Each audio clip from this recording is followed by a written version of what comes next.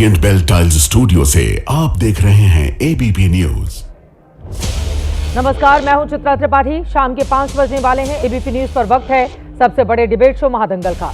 देश में त्योहार का मौसम चल रहा है। इसी बीच धार्मिक भावनाओं को लेकर टकराव के हालात पैदा करने की कोशिश भी की जा रही है। आई लव मोहम्मद के नाम पर कल यूपी के बरेली में जुमे की नमाज के बाद भारी भीड़ जमा हो गई। भीड़ ने कानून व्यवस्था को खुली चुनौती दी, पुलिस पर पथराव किया। हैरानी की बात यह है कि पत्थरबाजी करने वालों में छोटे छोटे बच्चे भी शामिल थे। 22 पुलिसकर्मी भीड़ की इस हिंसा में जख्मी हुए हैं। अब पुलिस लगातार उपद्रवियों पर कार्रवाई कर रही है। 10 एफआईआर दर्ज की गई है। 8 आरोपी गिरफ्तार किए गए हैं और 39 लोगों को हिरासत में लिया गया है। गिरफ्तार लोगों में मौलाना तौकीर रजा भी शामिल है, जिसने मार्च का ऐलान किया था। वीडियो के जरिए हिंसा में शामिल दूसरे आरोपियों की पहचान भी की जा रही है। यूपी के सीएम योगी आदित्यनाथ ने बरेली में हुई हिंसा पर सख्त संदेश दिया है। सीएम योगी ने कहा है कि बरेली में एक मौलाना ये भूल गया कि यहाँ सत्ता किसकी है। दंगाइयों को हमने सबक सिखा दिया है। उनकी आने वाली पीढ़ियां दंगा करने से पहले 2 बार सोचेंगी। समाजवादी पार्टी पर हमला बोलते हुए योगी ने कहा कि यूपी में 2017 से पहले कर्फ्यू लगने का चलन था, उसके बाद नहीं। कल अखिलेश यादव ने कहा था कि सरकारें सौहार्द से चलती हैं, लाठी से नहीं चलती। कुल मिलाकर आई लव मोहम्मद को लेकर देश के कई हिस्सों में प्रदर्शन जारी है। कुछ जगहों पर हिंसा भी हुई है। चुनावी राज्य बिहार के अररिया में सोशल मीडिया में आई लव मोहम्मद वाले पोस्ट पर आपत्तिजनक टिप्पणी के आरोपों को लेकर हंगामा बरत गया। मुस्लिम समुदाय के लोगों ने दुकानें बंद कराने की कोशिश की, जिसका विरोध किया गया तो हंगामा खड़ा हो गया। अब सवाल यह है, आई लव मोहम्मद के नाम पर क्या माहौल को बिगाड़ने की कोशिश हो रही है? क्या इस लव के पीछे हेट वाली साजिश है? क्या ये नफरत फैलाने की साजिश है? त्योहार पर तकरार, कौन कौन है गुनहगार? नफरत की ये जो दीवार खड़ी करने की कोशिश की जा रही है, इसमें कौन कौन से किरदार हैं? कई ऐसे सवाल हैं जिसको लेकर महादंगल में बड़ी चर्चा करेंगे। खास मेहमान भी हमारे साथ जुड़ चुके हैं, लेकिन पहले आई लव मोहम्मद के मुद्दे पर राजनीति के मैदान में कैसा छिड़ा हुआ है घमासान, देखिए।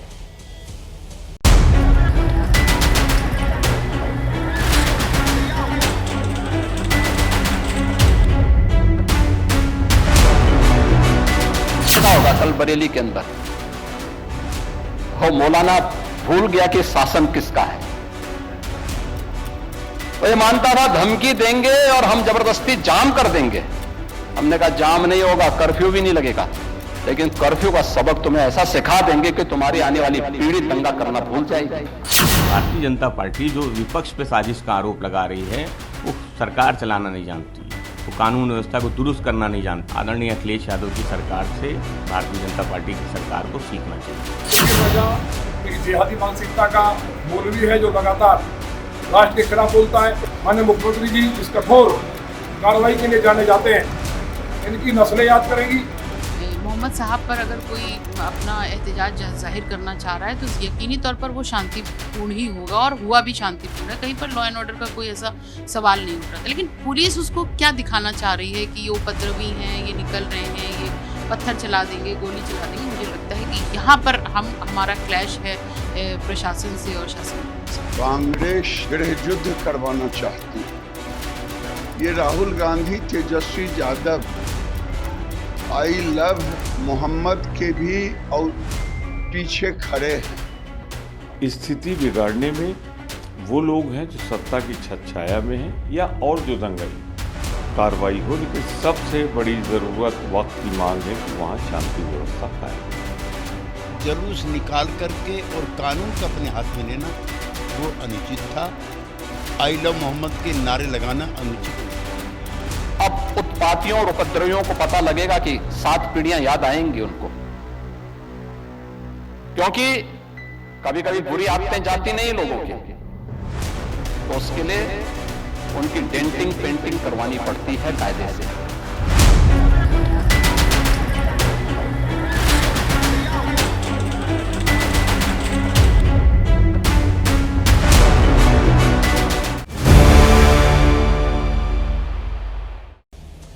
इस लव के पीछे क्या हेट है?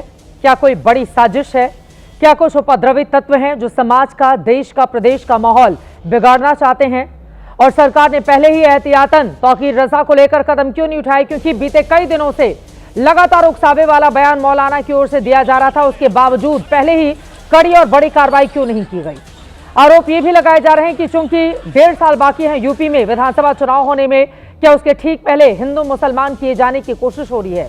कई ऐसे सवाल हैं जिसको लेकर चर्चा करेंगे। खास मेहमान जुड़ चुके हैं, उनका परिचय तारुफ आपसे करवा देती हूँ। राजेश चौधरी जी, आप प्रवक्ता हैं भारतीय जनता पार्टी के, हमारे साथ जुड़ चुके हैं। आलोक शर्मा जी, आप प्रवक्ता हैं कांग्रेस पार्टी के, हमारे साथ मौजूद हैं। आपको टीवी स्क्रीन पर मनोज काका जी दिखाई दे रहे हैं, प्रवक्ता समाजवादी पार्टी के जुड़ चुके हैं। शोएब जमई साहब अध्यक्ष हैं दिल्ली AIMIM के, हमारे साथ मौजूद हैं। और भी मेहमान जुड़ते हुए चले जाएंगे। राजेश चौधरी जी, आपसे शुरुआत करते हुए, चूंकि अखिलेश यादव की ओर से कहा गया है ताकत का इजहार सरकार की कमजोरी की निशानी है, सरकारें लाठी से नहीं सौहार्द से चलती हैं। और एक सवाल और राजेश चौधरी जी, जब पहले से ही मौलाना तौकीर रजा इस तरह के गैर जिम्मेदाराना बयान देकर लगातार लोगों को उकसाने का, भड़काने का काम कर रहा था, आपकी सरकार उस समय किस बात के इंतजार में थी। राजेश चौधरी जी, देखिए चित्रा जी, सबसे पहले तो मैं कहूंगा अखिलेश जी ने जो कहा है उस पर जवाब देना चाहूंगा कि लातों के भूत कभी भी बातों से नहीं मानते हैं, उनको उन्हीं की भाषा में जवाब देना पड़ता है। तो योगी जी की सरकार ठीक से इलाज कर रही है, उनका रात भर इलाज हुआ है, कल भी इलाज हुआ है और आगे भी इलाज होता रहेगा। ठीक प्रकार इनका इलाज कर देंगे और बिल्कुल कभी दंगे की सोचेंगे नहीं। ऐसा करके उत्तर प्रदेश सरकार दिखा देगी उत्तर प्रदेश सरकार मजबूत सरकार है, कोई मजबूर सरकार नहीं है। इनकी आदतें VIP ट्रीटमेंट की पड़ गई। इनको तुष्टीकरण के नाते जो आज तक की सरकारें रही, उन्होंने जो महत्व, एक्स्ट्रा महत्व इनको दिया है, इनको VIP दर्जा दिया है, उसके कारण से ये सब इस तरह की बातें करते हैं। और ये चाहते ही देश और प्रदेश के अंदर दंगा हो।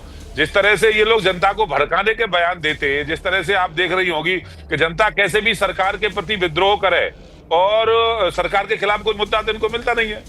लगातार लोकप्रियता योगी जी की बढ़ती जा रही है, मोदी जी की बढ़ती जा रही है। अब ये इसी तरह से घिनौने हथकंडे अपना करके और अराजकता पैदा करना चाहते हैं। पर उत्तर प्रदेश में तो मजबूत सरकार है और ठीक इलाज करना जानती है, उनका इलाज हो रहा है। इलाज कानपुर से ही हो गया होता तो आज फैलकर बरेली नहीं पहुंचता, लखनऊ नहीं पहुंचता, बाकी हिस्सों में नहीं पहुंचता। अब विपक्ष को आप दोष देते रहिए, लेकिन आपकी जो जिम्मेदारी है लॉ एंड ऑर्डर की, उसको तो धता बता रही है ना भीड़।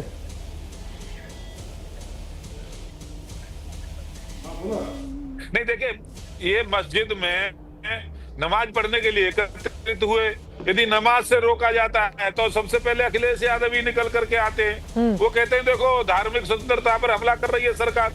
नमाज के लिए एकत्रित हुए, धार्मिक काम के लिए एकत्रित हुए, तो कैसा धर्म कर रहे हैं देखिए ना आप। ये जुम्मे के दिन ही क्यों दंगा होता है, क्यों जुम्मे के दिन उपद्रव करते हैं, पथराव करते हैं। ये जुम्मे के दिन ही क्यों करते हैं, जिस दिन शुक्रवार का दिन होता है वही करते हैं। अब आप इनको नमाज पढ़ने से रोकेंगे तो इनकी जो है धार्मिक आजादी पे हमला कर रहे हैं, मुसलमानों पे अन्याय हो रहा है, अत्याचार होता है, ऐसे बयान ये लोग देते हैं। तो ये वेल प्लानिंग के साथ, पूरी प्लानिंग के साथ सरकार को बदनाम करने के लिए, देश को बदनाम करने के लिए, ठीक है, जिस मैं तरह से विपक्षी दलों की प्रतिक्रिया ले लेती हूँ। हाँ, उस तरह से उसका हवाला देकर देश के लोगों को भड़काने का काम क्या विपक्ष कर रहा है। आलोक शर्मा जी, और योगी आदित्यनाथ ने कहा है कि बरेली में एक मौलाना भूल गया कि यहाँ पर सत्ता किसकी है, उसे लगा जब वो चाहे व्यवस्था को रोक देगा, हमने साफ कर दिया और अब दंगाइयों को ऐसा सबक सिखाया है कि आगे आने वाली उसकी पीढ़ियां 2 बार सोचेंगी। आलोक शर्मा जी, योगी आदित्यनाथ का दंगाइयों को यह स्पष्ट संकेत है। देखिए मुझे लगता है अगर सीएम सख्त है और प्रशासन अगर सख्त है तो पुलिस को तो काम ही करने की आवश्यकता नहीं पड़नी चाहिए। क्या लाठी चार्ज से ही सख्त संदेश जाता है? क्या एक ही समुदाय के ऊपर बार बार लाठी चार्ज करने की घटनाएं जो बार बार देखने को मिल रही हैं, क्या उसी से सख्त संदेश जाता है? भाई आपने तो कानून भी बनाया था, आपने कहा था सरकारी प्रॉपर्टी को तोड़ने पे अगर कोई भी आरोपी पाया जाएगा तो इस तरह की सजाएं होंगी। उत्तर प्रदेश में ही सबसे पहले कानून बना था। ये मुझे लगता है कि कहीं ना कहीं पूरी तरह से पुलिस प्रशासन का फेलियर है। जब इस तरह के बयान आ रहे थे तो इतने लोग इकट्ठे कैसे हो गए? धारा 144 क्यों नहीं लगाई गई? पहला कारण तो यही है कि अगर किसी ने आई लव यू मोहम्मद कहा, मैं कहता हूँ आई लव हनुमान जी, तो उसमें कौन सी दिक्कत है भाई? आप उन लोगों के ऊपर FIR करेंगे, आप मुद्दा बनाएंगे, अगर कोई पोस्टर लेके भी खड़ा हो गया तो आप उसको अरेस्ट करने का प्रयास करेंगे, तो स्वाभाविक है कि कहीं ना कहीं आप उस मुद्दे को उठाना चाहते हैं। तो प्रशासन की पूरी तरह से मिलीभगत लगती है कि ये काम ऐसा हो और उसके बाद हम लाठी चार्ज करें। और मुख्यमंत्री का ये बयान बहुत गैर जिम्मेदाराना है। अगली पीढ़ियां भुगतेंगी, और पिछली और जो बीजेपी के नेता दे रहे हैं बयान इस तरह के, मैं समझता हूँ प्रशासन को संवेदनशील होना चाहिए। राजा के लिए, प्रशासन के लिए, मुख्यमंत्री के लिए सभी नागरिक बराबर हैं। उनको कहना चाहिए दोषी हैं उनको हम सजा देंगे, और सजा देने का काम पुलिस का और न्यायालय, पुलिस का और सीएम का नहीं है, न्यायालय का काम है। आप कब से कि ये सोचने लगे भाई पुलिस को लाठी चार्ज करने की परमिशन दे दो और पुलिस जो है सबको सीधा कर देगी। मैं समझता हूँ कि ये अराजकता की तरफ बढ़ने वाला काम है। बुलडोज़र भी ऐसा ही अराजकता वाला काम था, लेकिन सबको संवेदनशील रहना चाहिए। अगर कहीं पर कोई चीज़ हुई तो भीड़ को भी इकट्ठे होकर इस तरह के नारेबाजी या कोई चीज़ अगर वहाँ पर हुई है तो वो भी नहीं होनी चाहिए। बीजेपी तो ऐसे मौक़ों का फ़ायदा उठाएगी ना, जब आरएसएस से जुड़े लोग धर्म के मटेरियल सामग्री जो मुस्लिम नाम से काम कर सकते हैं तो ऐसे मौकों का फायदा क्यों नहीं उठाएंगे। आरएसएस और बीजेपी का तो इतिहास है। ठीक है, वही मुख्यमंत्री है ना जिनके पास लगभग 1 दर्जन मुकदमे थे जिनके ऊपर। ठीक है, बिल्कुल, और बाद में वो मुकदमे खारिज भी हुए। लेकिन मनोज काका जी, सीधे आपके पास आते हुए, योगी आदित्यनाथ ये भी बोल रहे हैं 2017 से पहले यूपी में कर्फ्यू लगने का चलन था, लेकिन 2017 के बाद हमने दंगाइयों के खिलाफ जिस सख्ती से निपटने की अपनी मंशा दिखाई है, उसके बाद आप देखिए कर्फ्यू लगना तो दूर, और अब जो सबक सिखाया है पीढ़ियां याद रखेंगी दंगाइयों के। मनोज काका जी, जो योगी आदित्यनाथ जी का जो बयान है उत्तर प्रदेश के मुख्यमंत्री का, सर्वप्रथम तो उस पर हम सभी का, समाजवादी पार्टी का ये कहना है कि कोई भी सरकार जो लोकतांत्रिक होती है, जो जनता के द्वारा चुनी गई है, उस सरकार के मुखिया का काम गुंडों और गली छाप अपराधियों की तरह बयान देना नहीं है। उस सरकार के मुखिया का काम होना चाहिए कि कम से कम संवैधानिक तरीके से कोई जवाब दे, और पूरे उसकी किसी एक जाति, वर्ग और धर्म के प्रति उसकी जवाबदेही नहीं है। अगर सच में वो बाबा साहब के संविधान का और इस देश के संविधान की शपथ लेकर के अगर मुख्यमंत्री बने हैं योगी आदित्यनाथ, तो उनकी जिम्मेदारी अपने उत्तर प्रदेश के सभी वर्ग से आने वाले 25 करोड़ नागरिकों के प्रति है। दुर्भाग्यपूर्ण है कि उत्तर प्रदेश के मुख्यमंत्री जो हमेशा सांप्रदायिकता के पीठ पर चढ़ करके और स्वजातीय अपराधियों के खिलाफ कब कार्रवाई करेंगे, उनके खिलाफ सख्त से सख्त कार्रवाई कब करेंगे कि उत्तर प्रदेश के लोग जान जाएंगे कि बहुत कड़क और बहुत बड़ा एक शासक, क्रूर शासक आया है। बीएचयू में बेटी के साथ दरिंदगी हुए उन अपराधियों के साथ न्याय कब करेंगे। अभी बलिया में एक युवा की हत्या हो गई है, अभी चारों तरफ पूरे उत्तर प्रदेश में भेड़िया तक लोगों के वहीं बगल में बच्चे नोच रहे हैं। अभी बहराइच में गोपाल मिश्रा के साथ जो हुआ, उसके परिवार को तो आज तक न्याय मिला नहीं।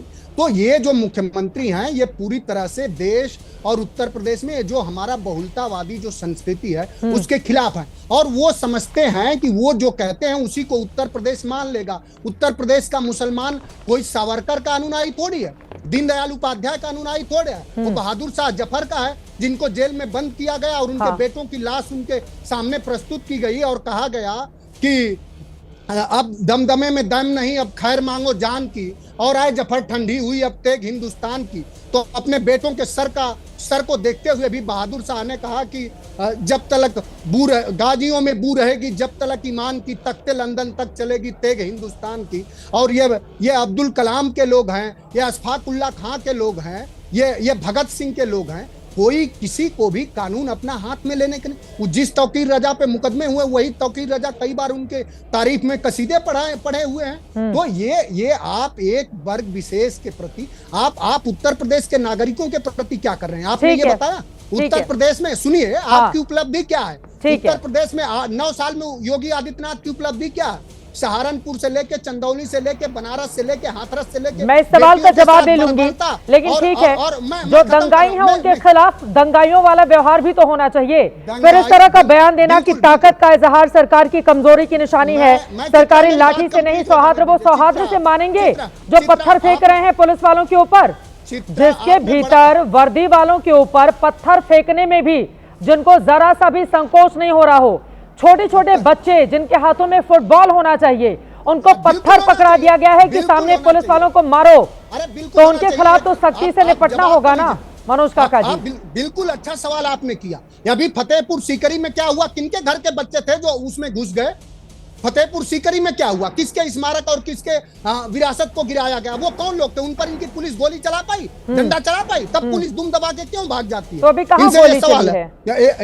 इनसे ये सवाल है, जहां जितनी बर्बरता से मुसलमानों पर, आदिवासियों पर, पिछड़ों पर, दलितों पर इनकी गोली और बंदूक चलती है, स्वजातीय अपराधियों पर, संघियों पे चलने पे ये कोई ये कोई संघ के किसी किताब का बंचा फाट का शपथ लेके नहीं मुख्यमंत्री बने हैं योगी आदित्यनाथ जी। उनको समझना चाहिए कि संविधान की शपथ लेके बने हैं और सभी नागरिकों के प्रति अगर कहीं अराजकता हो रही है तो लॉ एंड ऑर्डर की ये मुसलमानों के प्रति कुछ विशेष प्रेम नहीं दिखाती है यूपी सरकार। वो कह रहे हैं कि थोड़ा सा भी मामला हो तो ताकत का पूरा मुजाहिरा कर दिया जाता है उन लोगों के ऊपर, और वो ये भी आरोप लगा रहे हैं कि अपने सजातीय लोगों को बचाने का काम करती है सरकार। सीएम के ऊपर आरोप लगा रहे हैं। देखिए चित्रा जी, वो स्वजातीय पर करते हैं या नहीं करते हैं इसकी जानकारी तो मुझे नहीं है। वो मनोज काका जी के पास पूरा उसका अध्ययन होगा, वो कह रहे हैं तो इसका जवाब भारतीय जनता पार्टी जरूर देगी, उनके प्रवक्ता देंगे उनके पास यदि ये डेटा होगा तो। लेकिन एक बात बहुत साफ है कि जो जिहाद की भाषा बोलते हैं उनको दुनिया में कहीं भी तर्क और संवाद से आप रास्ते पर नहीं ला सकते हैं। जो जिहादी मुसलमान हैं उनको आप उनके जिससे कहा जाता है सठम साठ्यम समाचरित, वो सिर्फ डंडे की भाषा सुनते हैं। और 3 ही मॉडल हैं दुनिया में। एक मॉडल अमेरिका, एक मॉडल चाइना का है जिनमें जिहादियों को वो तय करते हैं कि कुरान को कैसे पढ़ाया जाए, वो तय करते हैं कि मस्जिदों का आकार और प्रकार कैसे होंगे, वो तय करते हैं कि तुम कहाँ घूमते हो कहाँ रह। ये भारत में मॉडल चल नहीं सकता। दूसरा मॉडल जो है वो अमेरिका का मॉडल है और यूरोप का मॉडल है। ये मॉडल ऐसा है जिसमें इस्लाम की जनसंख्या को सीमित कर दिया गया है। वो 10% के ऊपर वो पूरी अपनी ताकत इसमें झोंक दिए हैं कि इस्लाम की संख्या न बढ़े हमारे यहाँ, नहीं तो जहां जहां ये इस्लाम की संख्या बढ़ रही है हमारे लिए ये मुसीबत बन गई है।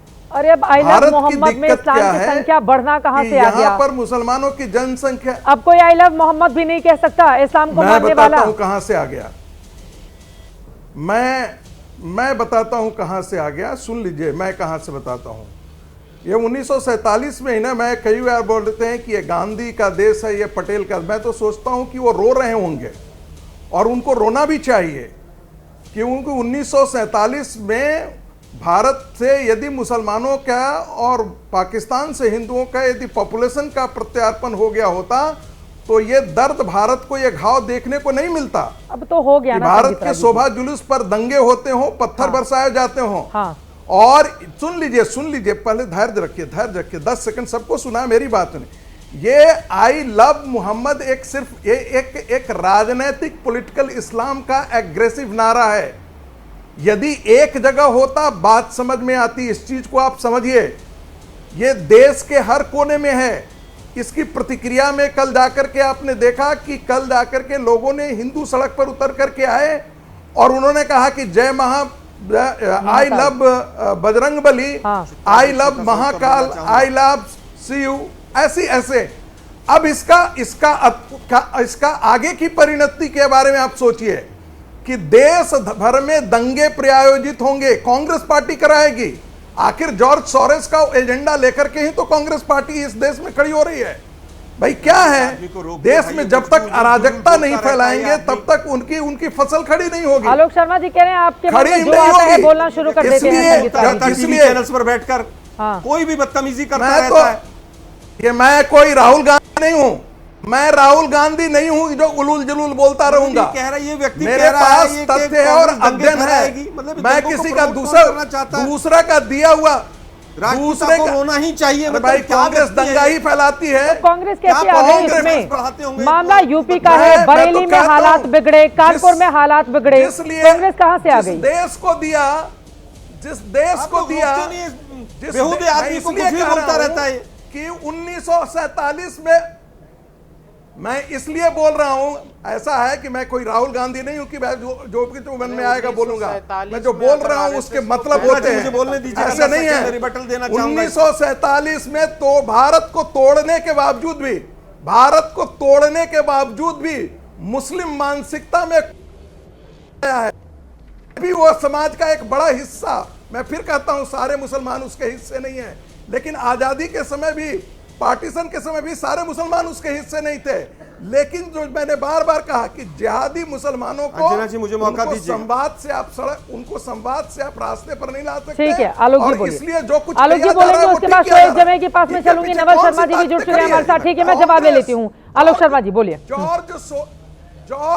ठीक है। जॉर्ज सोरोस के एसेट्स इस देश वो में कह रहे हैं काम कि कर जॉर्ज हैं। सोरोस के जॉर्ज एजेंडे को सोरोस का कांग्रेस एसेट पार्टी कौन है? आगे बढ़ाना चाहती जॉर्ज है, सोरोस का इसी एसेट वजह से। कांग्रेस ठीक है, मैं पार्टी है। जवाब ले लेती हूँ, बाकी लोग भी जुड़े हुए हैं। जल्दी से आलोक शर्मा जी।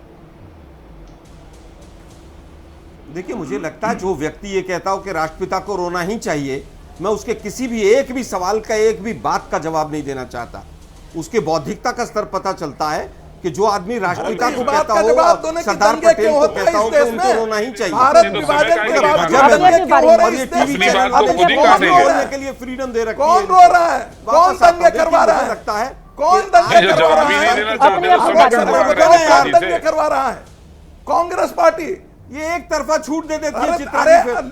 आलोक जी, आप भी स्क्रीन पर दिखाई दे रहे हैं। एक तरफा छूट नहीं दे रखा है। बोलिए बोलिए बोलिए बोलिए आलोक जी, बोलिए। एजेंट कांग्रेस पार्टी अब मैं जवाब दे रही हूँ। प्लीज संगीत रागी जी, बाकी लोगों का भी। ठीक है, संगीत जी, आपकी बात हो गई, बाकी लोगों के भी पास चलते हैं। आलोक जी अपनी बात बढ़ाइए, शोएब जमे भी इंतजार में है। नवल शर्मा जी भी बोलिए। देखिए, मुझे लगता है कि पिछली बार रामनवमी याद होगी पूरे मीडिया के साथियों को, 10 राज्यों में दंगे हुए थे और 10 में से 9 बीजेपी शासित थे। अब बिहार का चुनाव आ गया तो इस तरह की चिंगारियां आरएसएस कहीं ना कहीं लगाएगी। मीट की दुकानें बंद कर दो क्योंकि वो मुसलमान वहां पर बैठा हुआ है, उससे दंगा फैलाओ, उससे कहीं ना कहीं वमनस्य पैदा करो। अरे भाई, आप लोगों के अंदर हिम्मत है तो KFC को बंद करवाओ ना। अमेरिका की जो तमाम कंपनियां हैं और गुड़गांव के मॉल्स में घुस जाओ ना, वहां पर चाइनीज कंपनियां रामनवमी का हर दिन मीट बेच रही हैं, उनको रुकवा दो ना जाकर, थोड़ी सी भी हिम्मत है तो। नौकरी मांगेंगे लखनऊ में तो लाठी चार्ज होगा। SSC के लोग कहेंगे पेपर लीक है तो लाठी चार्ज होगा। पटना में महिलाएं अगर वहां पर अपना कुछ हक मांगेंगी तो लाठी चार्ज होगा। दर्जनों SIT बने हैं, इतने सख्त मुख्यमंत्री थे, एक SIT का रिजल्ट नहीं आता है। उन्नाव की घटना हो, कठुआ की हो, कानपुर की हो, कहीं पर एक का तो बता दो कि हमने वहां पर सख्त था प्रशासन और हमने उसको फांसी पर चढ़ा दिया। प्रशासन पूरी तरह से केवल एक काम करता है कि किस तरह से हिंदू मुस्लिम का मैसेज दिया जाए। सोनम वांगचुक को जेल में डाल दो, कोई बोलना नहीं चाहिए, कोई सवाल नहीं उठाना चाहिए इस देश के अंदर, कोई अपने भगवान को आई लव यू नहीं बोल सकता है, ताकि इस देश में कांग्रेस का एजेंट काम करते रहे। क्या पहनना है, कौन क्या जॉर्ज खाएगा, सोरोस का कौन एजेंट कैसे इस पूजा देश में करेगा, काम करता सब रहे। कुछ आरएसएस के लोग करेंगे जो ये गॉडसे के वंशज हैं और टीवी पर बैठकर ओपनली कह रहे हैं कि राष्ट्रपिता को रोना ही चाहिए। अरे क्या बौद्धिक स्तर है आरएसएस का? गॉडसे ने तो एक बार गांधी की हत्या की है। अरे गांधी परिवार ने तो गांधी की रोज हत्या की है। चलिए ठीक है, नवल शर्मा जी को स्क्रीन पर ले आते हैं, इधर उधर नहीं जाते हैं, उत्तर प्रदेश पर ही रहते हैं, यूपी पर ही रहते हैं, बिहार तक भी इसकी आज गई है। अररिया से तस्वीरें सामने आई हैं। नवल शर्मा जी, इसके बाद शोएब जमे जी मैं आपके पास आऊंगी। नवल शर्मा जी, कहा जा रहा है कि अब चूंकि 1 महीने के बाद बिहार में विधानसभा चुनाव है तो बीजेपी एनडीए की आदत है हिंदू मुसलमान करना। नवल शर्मा जी। जी जी, देखिए, एनडीए की और हमारी पार्टी विकास में विश्वास करती है, विकासवादी मूल्यों में विश्वास करती है और विकास ही हमारा सबसे बड़ा अस्त्र है। देखिए, जिस पार्टी का मैं नुमाइंदा हूं, चित्रा त्रिपाठी जी, उस पार्टी के संविधान के पहले पन्ने पर धर्मनिरपेक्षता शब्द 2 बार लिखा हुआ है, जेडीयू के कॉन्स्टिट्यूशन के पहले पन्ने पर। और नीतीश कुमार जी का राजनीतिक इतिहास यह बताता है कि नीतीश कुमार जी ने कभी भी सेकुलर मूल्यों से कभी समझौता नहीं किया है। लेकिन अभी कांग्रेस के प्रवक्ता को देख रहे थे, विषयांतर होकर सारी बातों को पटना खींच कर ला रहे थे। तो चलिए हम भी कुछ देर के लिए पटना आ जाते हैं। बिहार में जब कांग्रेस की सरकार थी तो एक बड़ा प्रसिद्ध दंगा हुआ था, भागलपुर दंगा, सारे लोग जानते होंगे। आपको पता है चित्रा जी, भागलपुर दंगे की पोल कैसे खुली? कांग्रेस की सरकार में जो दंगाई थे, दंगाइयों ने लोगों को काट काट कर खेत में गाड़ दिया था और उसके ऊपर सरसों की फसल बो दी गई थी। 1 महीने के 2 महीने के बाद जब सरसों की फसल लहलहाने लगी तो उस खेत के ऊपर चिल और कौवे मंडराने लगे और दुर्गंध फैली। तो अगल बगल के लोग दौड़े कि इस खेत के ऊपर चिल कौवे क्यों मंडरा रहे हैं। तो जब खुदाई की गई तो पता चला कि इसमें सैकड़ों लाशें दबी पड़ी थी और ये कांग्रेस की सरकार में हुआ था, बिहार में हुआ था। और ऊपर से तुर्रा है कि जब ये 90 के बाद सरकार में आए बिहार में लालू जी के साथ, तो जो दंगे का मुख्य आरोपी था कामेश्वर यादव, उसको लालू प्रसाद यादव जी ने सम्मानित किया ये तो धन्य हो नीतीश कुमार जी। नीतीश कुमार जी आए और कामेश्वर यादव को जेल भेजवाए, न केवल जेल भेजवाए बल्कि दंगाइयों को पुनर्वासित किए और उनके लिए पेंशन की व्यवस्था की है। तो खैर, जब संयुक्त बिहार था तो 1980 में जमशेदपुर में भी कांग्रेस के जमाने में एक बड़ा हैरत अंगेज दंगा हुआ था। तो कम से कम दंगे के मुंह पर कांग्रेस पार्टी के प्रवक्ताओं को मुंह नहीं खोलना चाहिए। मैं अपनी बात बता रहा हूँ। अभी ये आज यूपी से अररिया जा पहुंची है, चुनौती तो आप लोगों के भी सामने है ना। धर्मनिरपेक्षता, पंथ निरपेक्षता की बात तो हमारा संविधान भी कहता है। अब सवाल यह है, आंच तो हर जगह जारी है ना।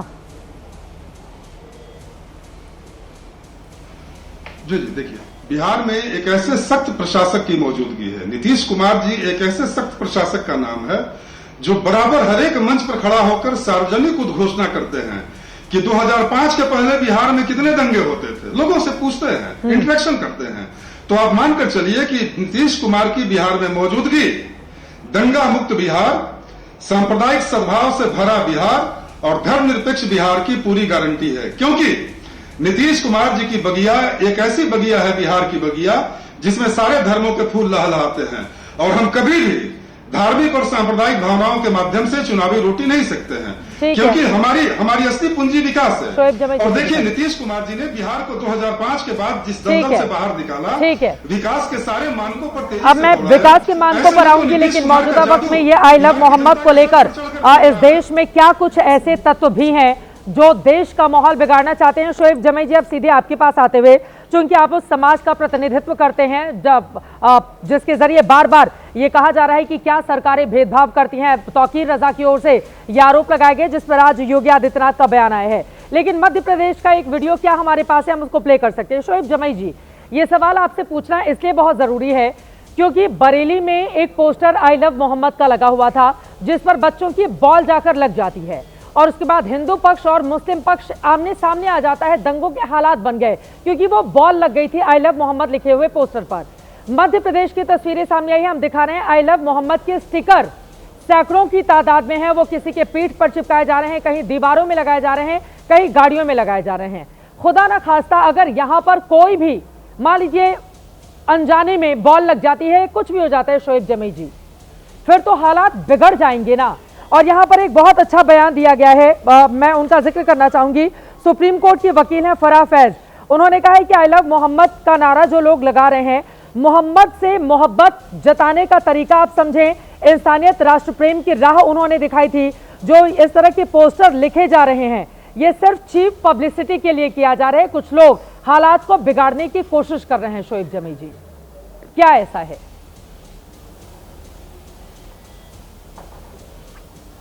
चित्रा जी, बहुत बहुत शुक्रिया, आपने समय दिया।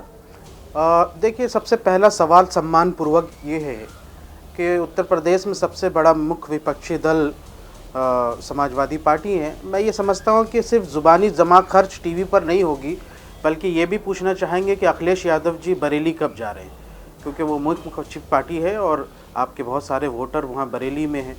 जाहिर से बात, इतने बरसों से वोट देते आए हैं, तो जिस तरीके से वो अपने सांसद के लिए खड़े होते हैं वहाँ पे अलीगढ़ में, आज वो बरेली में खड़े होंगे, ऐसी मुझे अपेक्षा है, ऐसी मेरी उम्मीद है बाकायदा। दूसरा, मुख्यमंत्री जी की भाषा जो है बिल्कुल एक शोभा नहीं देता मुख्यमंत्री के तौर पर। ऐसा लोग छपरी भाषा जो आज जो चलती है ना सोशल मीडिया पे, इस तरह की भाषा लोग बोलते हैं। मुख्यमंत्री के पद की कम से कम गरिमा होनी चाहिए।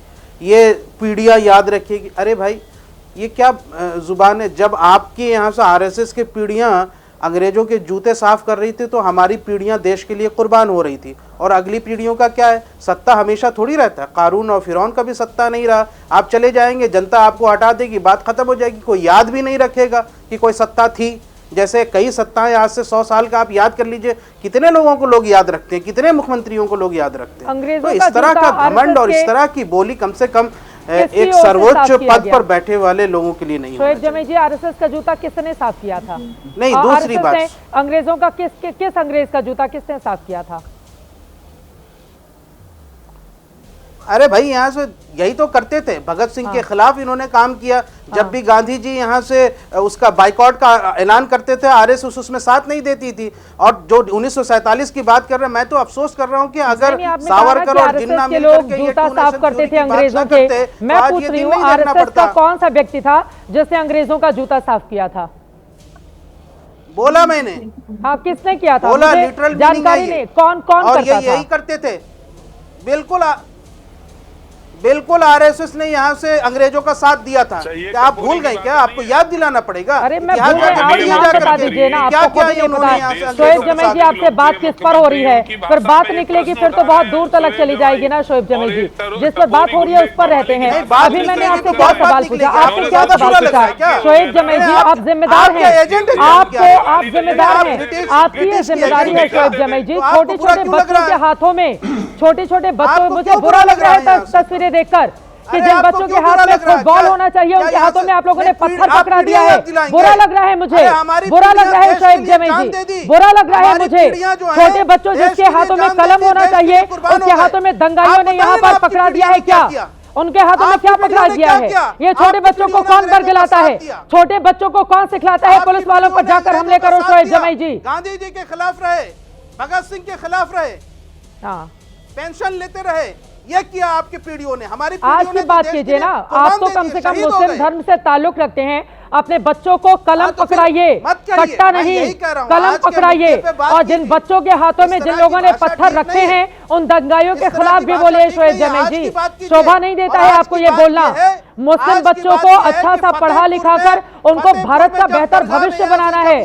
उनको पत्थर नहीं पकड़ाने हैं कि वो पुलिस वालों पर देखे और पत्थरबाजी करें। लाठी तो नहीं चार्ज हुई उन पर, तो इस तरह से बर्बरता नहीं कर गए। आप एक तरफा कार्रवाई की बात करते हैं। मैं कह रहा हूं चित्रा जी कि एक तरफा कार्रवाई नहीं होनी चाहिए। इसी उत्तर प्रदेश के अंदर जब फतेहपुर में दंगाई, पूरे मकबरा में चढ़ करके दंगाई करने लगे, उनके हाथों में क्या था, क्या थी, यहाँ से कौन बच्चे थे किस घर के, तब तो आपने यहाँ से ना लाठी चार्ज की, ना गोली बरसे, ना आपकी ये जुबान थी। उनके लिए बोलते ना कि कार्रवाई बिल्कुल हुई थी, बोला था हम लोगों ने ये जुबान नहीं होना चाहिए किसी भी मकबरे पर। जो गलत है उसको गलत ही बोला जाएगा। शोएब जमील जी, आप जैसा एजेंडा लेकर थोड़ी ना बैठी हूँ मैं। जो सही है उसको सही, जो गलत होगा उसको गलत बोला जाएगा। छोटे छोटे बच्चों के हाथों में पत्थर पकड़ाए जा रहे हैं, वो पुलिस वालों पर पत्थरबाजी कर रहे हैं और हम बैठकर यहाँ पर किस तरह की बातें कर रहे हैं। कहां से आती है पत्थर, कहां से आ जाते हैं पत्थर? जो लोग प्रदर्शन करने जाते हैं हाथों में पत्थर कहां से लेकर आ जाते हैं? आई लव मोहम्मद की आड़ में कौन से लोग हैं जो अपना एजेंडा यहाँ पर चलाने की कोशिश कर रहे हैं? एक बड़ी खबर आ रही है मैं आपके पास, बड़ी खबर आ रही है। यूपी के श्रावस्ती में सीएम योगी ने बड़ा बयान दिया है। योगी आदित्यनाथ ने कहा है कुछ लोगों को शांति अच्छी नहीं लगती, हिंदू पर्व आता है तो उनको गर्मी लगने लगती है। ये आई लव मोहम्मद कहकर तोड़फोड़ कर रहे हैं। तोड़फोड़ करने वालों को हम छोड़ेंगे नहीं, मुख्यमंत्री योगी आदित्यनाथ की ओर से यह बयान दिया गया है। कुछ लोग हैं जिनको शांति अच्छी नहीं लगती, कल्याण अच्छा नहीं लगता, कल्याण अच्छा नहीं लगता। जब भी कोई हिंदू पर्व और त्योहार आता है उनको गर्मी आने लगती है और उनकी गर्मी को शांत करने के लिए हमें डेंटिंग पेंटिंग का सहारा लेना पड़ता है। आई लव मोहम्मद कह करके अव्यवस्था और आगजनी तोड़फोड़ का सहारा ले रहे हैं। उन्हें मालूम है ये शारदीय नवरात्रि है, विजयादशमी का पर्व है और शारदीय नवरात्रि को अगर अव्यवस्था पैदा करोगे, चंड मुंड बनकर के कार्य करोगे तो मां भगवती कभी बर्दाश्त नहीं करने वाली है। मां भगवती तो ऐसे चंड और मुंडों को रोकने का ही कार्य करती है। इसीलिए सभी सनातन धर्मावलंबी मां भगवती दुर्गा की पूजा इसीलिए करती है जिससे शक्ति अर्जित कर सके। तोड़फोड़ करने वालों को हम छोड़ेंगे नहीं। सीधे आपके पास आते हुए मनोज काका जी, मुख्यमंत्री योगी आदित्यनाथ का बयान आपने सुन लिया है, प्रतिक्रिया इस पर आपकी? देखिए, मुख्यमंत्री जी ने जो बयान दिया है उस पर वो आडिग उनको होना चाहिए, ठीक बात है। उत्तर प्रदेश के जो लोग सौहार्द के साथ और जो उत्तर प्रदेश में लॉ एंड ऑर्डर की जिम्मेदारी है, कानून व्यवस्था, किसी भी जो हमारे संविधान में जो अनुसूचियां हैं उसमें स्टेट लिस्ट का काम है। आप उत्तर प्रदेश की कानून व्यवस्था दुरुस्त करिए, लेकिन आप अपने इस तरह के अगर उन्मादी और उत्तेजक बयान जब सूबे का मुख्यमंत्री ही देगा तो नागरिक किस तरह की बात करेंगे। वो ये बयान में उनके जो दिखता है उसमें एक धर्म और एक पक्ष के खिलाफ जब आप काम करेंगे, आप इस उत्तर प्रदेश के लोगों को विकास की राह पर कब ले जाएंगे, जिनका पूरी संस्कृति। अभी एक हमारे साथी जिहाद की बात कर रहे थे, 1947 की उनको बात आ रही थी, और 30 जनवरी 1948 को पूज्य गांधी की किस जिहाद ने हत्या कर दी। रागी जी ये बताएंगे किस जिहाद ने हत्या कर दी? मुसलमान के जिहाद ने हत्या कर दी, ईसाई की हत्या कर दी, या आरएसएस के जिहाद ने हत्या कर दी? ये तो दुनिया जानती है। तो आप अपने थोड़ा इतिहास के बारे में ठीक से जानिए। जिस आरएसएस का, जिस बीजेपी का कभी भी इस देश के संविधान के प्रति, बहुलतावादी संस्कृति के प्रति और सौहार्द के प्रति कभी प्रतिबद्धता ही नहीं रही, हमेशा हिंदू मुस्लिम हिंदू मुस्लिम हिंदू मुस्लिम। आपने अच्छा सवाल किया अपने कार्यक्रम के शुरुआत में कि लॉ एंड ऑर्डर की जिम्मेदारी किसकी है? वहां पत्थर आए तो क्यों आए? हम लोगों ने तो जो तस्वीरें दिखी कि लोग शांतिपूर्ण तरीके से अपनी प्रार्थनाएं कर रहे थे, और मैं इसी चैनल पर बैठ के अगर ये कहूं कि आई लव महादेव तो क्या बुराई है? मैं अगर इसी चैनल पर ये कहूं कि जटाटवी गलत जलद प्रवाह पावी तस्तले गले वलंब लंबितम भुजंग तुंग मालिकम डमट डमट डमट डम मन निनाद वड्डमरमयम चकार चंड तांडव तनोतु न शिवच, और मैं कह दूं कि I love Mohammad, I love God, तो इसमें बुराई क्या है? अगर कहीं इस तरह का कोई बात चल रही है तो कम से कम आप वहां आप एलआई होती है, आपके पास इंटेलिजेंस है, आप देखिए कि इस तरह की अगर वो कोई समाजवादी पार्टी के दफ्तर से इंटेलिजेंस से लाई और आपकी आईडी। हाँ, राजेश चौधरी जी इसका जवाब देंगे। संगीत रागी जी हाथ उठा रहे हैं, ठीक है, जल्दी से बोलिए। हुआ है क्या कि ये देश पूरा देश गोदी मीडिया और पूरा देश पीएमओ की और बीजेपी की दरबारीगिरी से नहीं चलता है। ये देश संविधान के प्रति प्रतिबद्धता से चलता। सोनम वांगचुक जैसे शिक्षाविद को और एक क्लाइमेट एक्टिविस्ट को आप जेल में डालना चाहते हैं, और पूरे देश के जंगल काटने वाले को पूरा देश देना चाहते हैं, उसके चरणों में गिरवी रखना चाहते हैं उद्योगपतियों के। तो इस तरह से नहीं चलेगा। और ये देश इस देश का, इस मुल्क का ये मिजाज रहा है कि ये हमेशा मायूस और मजबूर लोगों के साथ खड़ा हुआ है। ये देश का मिजाज रहा, ये भारत का मिजाज रहा। ये किसी तानाशाह का कभी दरबारीगिरी नहीं करता। कुछ लोगों की मजबूरियां होंगी, लेकिन ये देश और इस देश के नागरिकों की प्रतिबद्धता। कौन कर रहा है दरबारीगिरी? कौन है तानाशाह? कौन है ये वो लोग तानाशाह हैं जो संवैधानिक कार्यों के बुलडोजर न्याय का प्रतीक है क्या? इस आई लव बुलडोजर लिखा हुआ है लखनऊ में, आम लोगों ने लगवाया है। बुलडोजर न्याय का प्रतीक है। इस देश के सर्वोच्च न्यायालय ने बुलडोजर के प्रति क्या कहा? गलत है, हम हैरान है कि बुलडोजर को उत्तर प्रदेश। हाँ, लेकिन दंगाइयों की आरती तो उतारी नहीं जाएगी। योगी आदित्यनाथ ये बोलते हैं कि दंगाइयों की आरती तो नहीं उतारी जाएगी ना। योगी आदित्यनाथ जी इसी उत्तर प्रदेश और देश की सदन में रोए हैं, पूरा देश जानता है। ये देश जानता है। आपकी सरकार योगी आदित्यनाथ जी से फिर आपके माध्यम से समाजवादी पार्टी की अपील होगी कि संविधान के प्रति और उत्तर प्रदेश के 25 करोड़ लेकिन दंगाइयों से तो उसी तरह से निपटा जाएगा ना। छोटे छोटे बज इतने पत्थर आते कहाँ से हैं? आप यहाँ पर शिव स्तोत्रम सुना रहे थे। मैं ये सवाल पूछ रही हूँ, छोटे छोटे बच्चों के हाथों में पत्थर कौन पकड़ाता है? और फिर आकर उसको जस्टिफाई किया जाता है कि नहीं ये खास समुदाय के हैं इसलिए सरकार यहाँ पर टारगेट कर रही है। ये सवाल है तो पूछा जाएगा ना, ये सवाल है पूछा जाएगा ना। छोटे बच्चों के आप मुझे बताइए, नवरात्रि में कौन सा छोटा बच्चा होता है जिसके हाथों में पत्थर पकड़ाए जाते हैं? और दूसरे धर्म के लोगों पर या पुलिस वालों पर आप पत्थर फेंकिए, नहीं होता है ना। लेकिन देखने को मिलता है, संभल में देखा है हम सबने ऐसा। संभल में क्या हुआ था? कोर्ट के आदेश पर गए थे लोग सर्वे करने के लिए, वहां पर पत्थरबाजी हो गई। नुकसान किसको हुआ? मुस्लिम धर्म के लोगों का ही हुआ ना, 4 लोग मारे गए थे। किसका हुआ नुकसान? कौन है ये लोग जो भड़काने का काम करते हैं? और मौलाना तौकीर रजा का बयान सुनिए। पता नहीं इस आदमी को सरकार क्यों बर्दाश्त करी थी। कितने गिरे हुए बयान इस आदमी की ओर से दिए गए हैं। अब मैं राजेश चौधरी से पूछूंगी, लेकिन उसके पहले संगीत रागी जी आप अपना वो बयान दीजिए। मौलाना मैं आ रही हूँ, एक एक टिप्पणी सबकी हो जाए। 10 सेकंड बोलिए, 10 सेकंड बोलिए। संगीत रागी जी बोलिएगा, फिर बोले। चित्रा देखिए, चित्रा जी मैं तीन बातें कहना चाहता हूँ। मैंने कहा गांधी जी और पटेल जी रो रहे होंगे। मैं नेहरू जी को जानबूझ करके नहीं कहा, शायद वो यही चाहते होंगे, क्योंकि कभी नहीं किसी ने सोचा होगा कि भारत विभाजन के पश्चात फिर से वो वही चीज़ें भारत में होंगी जो भारत विभाजन से पहले था। विभाजन से पहले जो मुसलमानों की मानसिकता थी, भारत विभाजन के पश्चात भी वही रहेगी। अरे तो ये भारत गांधी जी और विभाजन भी पटेल हो जी ने गया, भी नहीं सोचा ये होगा। 17% या 18% से ज्यादा मुसलमान भी हैं इस देश में। क्या करेंगे संगीत रागी जी? अब तो हो गया ना, विभाजन हो गया, अब हिंदू मुसलमान रहते हैं, शांति बनाना प्राथमिकता होनी चाहिए ना। सुन लीजिए नहीं सुनिए, सुन लीजिए ना, पटेल जी इसलिए अफसोस कर रहे होंगे क्योंकि उन्होंने आरएसएस का बैन वापस ले लिया ना। आरएसएस पे जो पाबंदी लगी थी, अगर वो वापस ना लेते तो देश का आज ये हाल ना होता। सुन लीजिए दूसरी बात पर बैठ करके ये बोलने की आजादी ना। दूसरी बात, भारत का मुसलमान देश की आजादी के लिए नहीं लड़ा था, ये मुल्ले कठमुल्ले पाकिस्तान के लिए लड़े थे और 9.4% किस तरह के लोगों को आपने ऐसे लोगों को टीवी पर बुलाया, यहाँ से हमारे अब्बा की औकात नहीं है मुसलमानों को कठमुल्ला बोलने की। देश के अब तुम हो कौन भाई? 9.4%, 9.4 जिन्ना के साथ खड़े होने वाले मुसलमान, अंग्रेजों के आज वही नारे वाले करके सड़कों पर कर रहे हैं। अंग्रेजों के कोई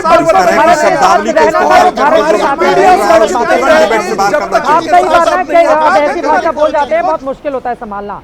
जिसको जाना था जिन्ना के साथ वो चला गया ना, जिसको भारत के साथ रहना था वो भारत में। राजेश चौधरी जी, लेकिन कानून व्यवस्था आपकी जिम्मेदारी है। मानसिकता जिंदा है। हाँ, तुम्हारे मानसिकता जिंदा है। जिन्ना की मानसिकता नहीं जिंदा होती है, तो ठीक कर दीजिए आप। खड़ा नहीं होता। कानून व्यवस्था को कायम करना सरकार की जिम्मेदारी है ना। ऑर्गेनाइजेशन इस देश में नहीं काम कर रहे होते। राजेश चौधरी जी,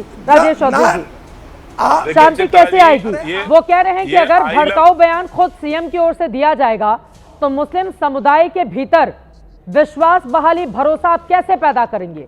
तभी तो उधर से कहा जाता है ना कि भेदभाव होता है यूपी में हमारे साथ। चित्रा जी, आई लव मोहम्मद के इन्होंने पोस्टर लगाए, हमें कोई आपत्ति नहीं है, आप आई लव मोहम्मद के पोस्टर लगाइए। ढाबा खोलेंगे तो पंडित ढाबा लिखेंगे, अपनी दुकानों पे भी लिख दो ना, जो आपके प्रतिष्ठान है सब जगह आई लव मोहम्मद लिख दो। आपको आपकी हैसियत मालूम पड़ जाएगी कितना लोग आपके आई लव को मोहम्मद को पसंद करते हैं।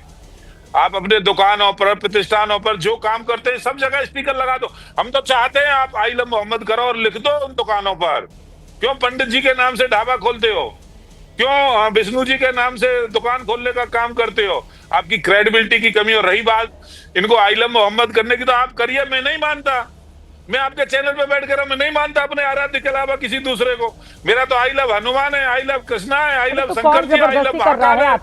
तो दूसरे को क्यों प्रभावित करना चाहते हो? क्यों आप दूसरे को थ्रेट कर रहे हो? आई लव मोहब्बत के नाम से दंगा कराना चाहते हो, केवल दंगा भड़काना चाहते हो।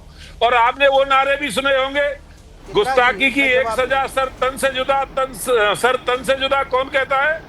एक भी ये मुल्ले जितने भी बहस कर रहे हैं ये निकल के आते हैं कभी उसके खिलाफ, किसी के खिलाफ कार्रवाई की मांग करते हैं? समाजवादी पार्टी के प्रवक्ता बहुत बोल रहे हैं, इन्होंने कभी कहा कि सर तन से जुदा वालों को गिरफ्तार करिए, कभी नहीं कहेंगे। शोएब जमई जी, इन्होंने तमाम बातें कही, लेकिन एक बात से सिर्फ इत्तेफाक रखते हुए, ये जो आई लव मोहम्मद वाली या प्राउड मुसलमान वाली बात है, ये जब दुकानों पर नेम प्लेट लिखे जाते हैं हिंदू नामों से, तब आप लोग आ जाते हैं विरोध करने के लिए कि यहाँ पर क्यों हमारा देश सेकुलर है, हमारे संविधान में ये लिखा हुआ है। और आज जब ये बातें हो रही हैं तो फिर आप लोग यहाँ पर पाठ पढ़ा रहे हैं कि इस्लाम को खतरे में डाला जा रहा है। शोएब जमई जी, क्या गलत कहा उन्होंने?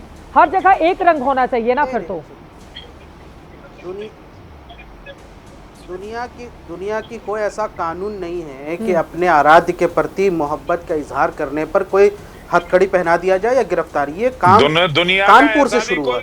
बड़े वफात के दिन जो है कुछ नौजवानों ने आई लव मोहम्मद, दुनिया का ऐसा अरे सुनिए भाई, कोई थोप नहीं रहा है। मोहम्मद साहब ने दंगा करने के लिए कहा था। अरे शांति रखिए, अरे भाई शांत रहो, हमारे ऊपर कोई थोप थोड़ी रहा है। एकत्रित होंगे और लोगों की दुकानें जलाने का काम करेंगे, पुलिस फोर्स पे बोल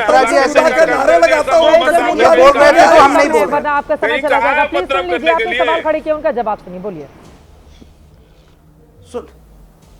सुनिए, देखिए ये कानपुर से शुरू हुआ था जब नौजवानों ने ये किया, और उस पर किसी धर्म का कोई नीचा दिखाना मकसद नहीं है भाई। जेन जी है, आज के यंग जनरेशन है, सोशल मीडिया पे ट्रेंड चलता है। उन्होंने अपनी यहाँ से, जैसे स्टेडियम में आई लव इंडिया हम लिखते हैं, बहुत सारी चीज़ें, आई लव कानपुर होता है, कई जगह लिखा हुआ था, उन्होंने एक पोस्टर लगाया, उस पर महज जो है एफआईआर दर्ज हो जाना, ये चेन रिएक्शन इनिशिएट करता है कि आप किस मानसिकता के साथ, किस कुंठित मानसिकता के साथ आप काम कर रहे हैं। भारत का संविधान आर्टिकल 45 हमें इस बात की आजादी देता है, जहाँ लिखा हुआ है, इस बात की आजादी वहाँ देता पर है एक कि हम बॉल लग जाने से धार्मिक हिंदू धर्म की भावनाएं नहीं आहत होती। शोएब जमई जी, नहीं, अगर आप पोस्टर लगा रहे हैं, मेरी बात सुनिए शोएब जमई जी, आप ये गलत बात लेकर जा रहे हैं ना, आप गलत जगह लेकर जा रहे हैं शोएब जमई जी। बिल्कुल मुद्दे को डाइवर्ट नहीं कर रही हूँ मैं, आपसे सवाल पूछ रही हूँ कि अगर मोहम्मद साहब को लेकर आप लोगों की ये भावना है, बिल्कुल मेरी पूरी बिल्कुल भावनाएं हैं मेरी, हर धर्म को अपना पालन करने की हर व्यक्ति को इजाजत है।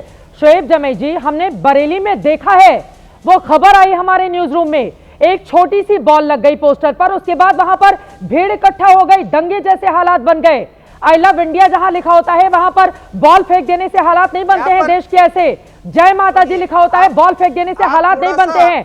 कुछ ऐसे लोग हैं शोएब जमई जी जो इस आड़ में अपने एजेंडे को आगे बढ़ाना चाहते हैं, और ये आप जैसे लोगों की जिम्मेदारी है कि अगर जो ऐसे लोग हैं तथाकथित लोग, उनको आप रोकिए, उनको आप रोकिए, बच्चों के हाथों में बॉल पकड़ाए जाएं ताकि वो खेले, वो बैठ के पत्थर नहीं मारे पुलिस वालों पर। शोएब जमई जी, प्रशासन को, नौजवान लड़के, हाँ, और आपने उस पर यहाँ से लाठीचार्ज कर दिया, वो भी इतने बर्बरतापूर्ण तरीके से। हाँ, कोई ज्ञापन देने पर सिर्फ लाठीचार्ज हो जाएगी, ये तो बेरोजगारों के साथ भी हो रहा है, ये तो पुलिस परीक्षा देने वालों के साथ भी हो रहा है, किसी एक वर्ग के साथ नहीं हो रहा है। ठीक है सर, वक्त हमें इतने की इजाजत देता है। आप तमाम मेहमानों का बहुत धन्यवाद हमारे साथ चर्चा का हिस्सा बनने के लिए। सच है कि मुस्लिम धर्म के भीतर वो विश्वास रहे, उसको लेकर सरकार को जो भी कदम हो वो उठाने चाहिए। आई लव मोहम्मद बहुत अच्छी बात है, इस्लाम धर्म के लोग मानने वाले वो उसका पालन करते हैं, सबको दूसरे के धर्मों का सम्मान करना चाहिए। लेकिन अगर इसकी आड़ में कुछ अराजक तत्व हैं जो समाज का, प्रदेश का, देश का माहौल बिगाड़ना चाहते हैं, तो दंगाइयों से दंगाइयों जैसा सुलूक भी होना ही चाहिए। देश में शांति और व्यवस्था कायम रहे, ये जितनी सरकार की जिम्मेदारी है उतनी उससे जुड़े हुए नेताओं की और इस समाज में रहने वाले लोगों की भी। इसी के साथ महादंगल में अभी के लिए बस इतना ही।